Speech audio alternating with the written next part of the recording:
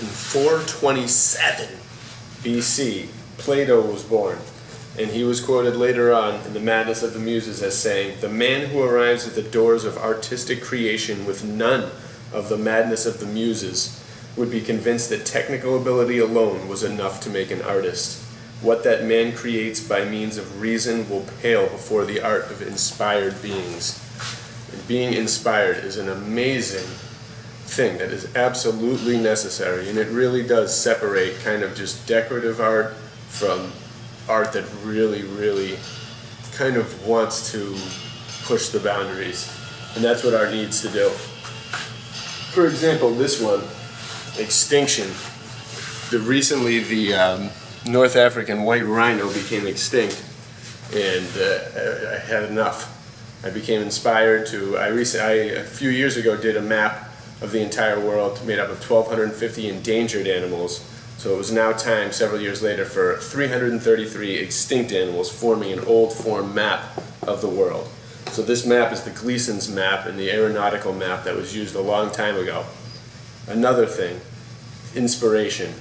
I want people to see this map. This is an old map. I want people to see these animals. A lot of imagination combined with realistic stuff. A lot of those animals are extinct because of human decisions, and so that is important. That is inspiration. These animals, protecting them. They can't draw, they can't go on social media and do stuff, nor would they want to. I don't want to. But they can't do all that stuff to spread the word of their existence, their plight, their hardships. I'm inspired to do that.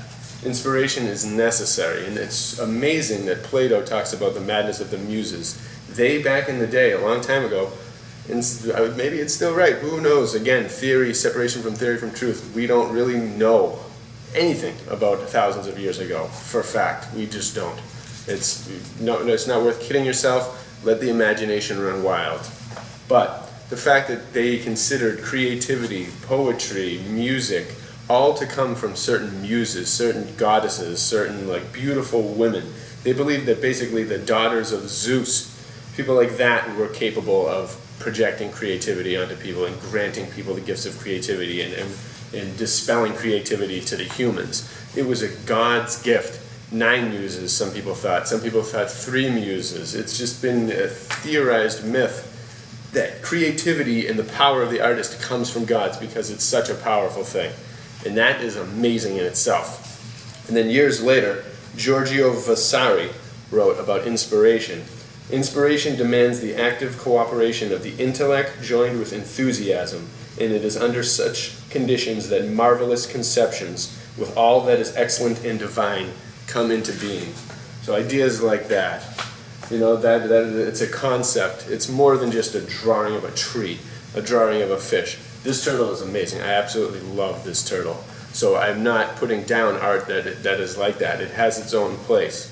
And this turtle is beautiful, and this is the kind of thing that will inspire people to kind of go out and get sea turtles. But it's just that, or to save sea turtles and maybe help the ocean and be compassionate. And that is positive, and that's great. And and that probably was part of the intention of that drawing, part of the inspiration. She loves animals, I know that. And that's where it comes from. That's divine. It's a power. Artists are given the ability to project something from in here out into the world and let people see it. And that's amazing. To have inspiration, to be inspired. People always ask, where do you get your inspiration? And I always say everything. This is the easiest way to describe it, and it's right. Everything. If there's a plight of children are victims of a lot of stuff. Art. I would like to make art that makes people aware of that. There's, the animals, the skies, the waters, they're all in trouble. That is inspiration. Is when I encounter people that I say, do you see those planes up there with those chemicals? And they're like, what? They don't even see them, and they've been going for 20 years every day. And for people to not see that just blows my mind. So I feel that art can make awareness of these things, and I've done some art, but it needs to come more. But art can make awareness of all these topics that people kind of want to ignore. Then they may see it with art, and they'll be like, oh, and then it'll hit them, and they'll see the connection in reality, and it'll work. Inspiration. The inspiration to save Earth, the motivation, the intention, the will, the drive, the desire, the need to save Earth, one step at a time, one person at a time, is my inspiration. And that's the inspiration of Aaron as well.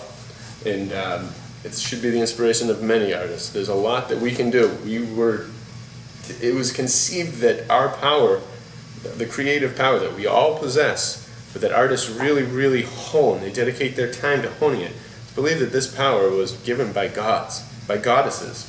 For thousands of years this was thought. It may be true. I wouldn't be surprised. But either way, whatever the magic, there is magic. And it is surrounding it, and to be proud of your ability. Take it to new boundaries all the time. Get inspired by everything. If you see something that you don't like or that you want to fix, draw something relating to it. Tell people about it. Get people involved. Wake people up. Art is the most powerful thing. People need to wake up. This planet is being hurt. It needs to stop. Save it. You can save it. We can save it.